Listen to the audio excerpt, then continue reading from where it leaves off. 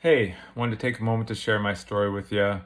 Maybe this is something that inspires you if you're in a low point, or simply just to get to know me better.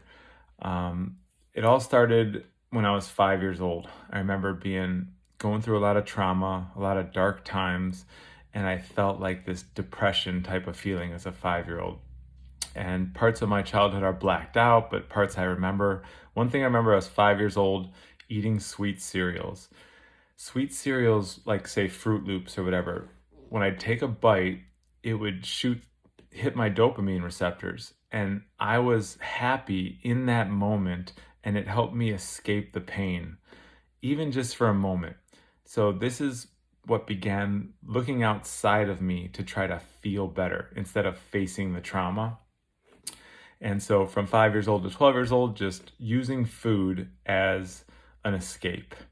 And then all of a sudden, I'm 12 years old, things were just getting worse, and I turned to drugs and alcohol. So from 12 years old to 24 years old, heavy into drugs, selling drugs, criminal activity, and it was just a lot of dark times. But I'm going to brush past that until I'm 24 years old. Now I get a download. I call this, I feel it's from the Heavenly Father. But basically, the download said, Sean, you're not going to stop selling drugs unless you get out of the Chicago area for at least 6 months. So you're going to go down to your friend Tony's in Florida, live with him for 6 months. You won't have customers and you won't have a supplier. So you'll be out of business. So I did that. Went down to Florida and didn't get off of drugs, but cleaned it up a lot. Stopped selling drugs. I was mainly turning to like alcohol and pills and things like that, and women during this time. So, anyways, quit the drug dealing, go back to the Chicago area after being in Florida for 6 months.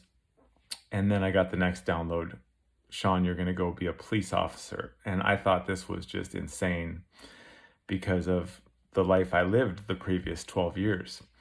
And, but I had no criminal history, which was wild to me that, car chases and running from police on foot, jumping out windows, all these crazy scenarios. But I ended up with a squeaky clean record at 24, and I could actually go be a police officer. So went and tested, got hired, sent to the police academy, and went into a 15-year police career. Now, the first couple years as a cop, I didn't know how to handle the trauma, the things that I was seeing. I was absorbing pain from the victims. Like if you have like dead kids or molested kids or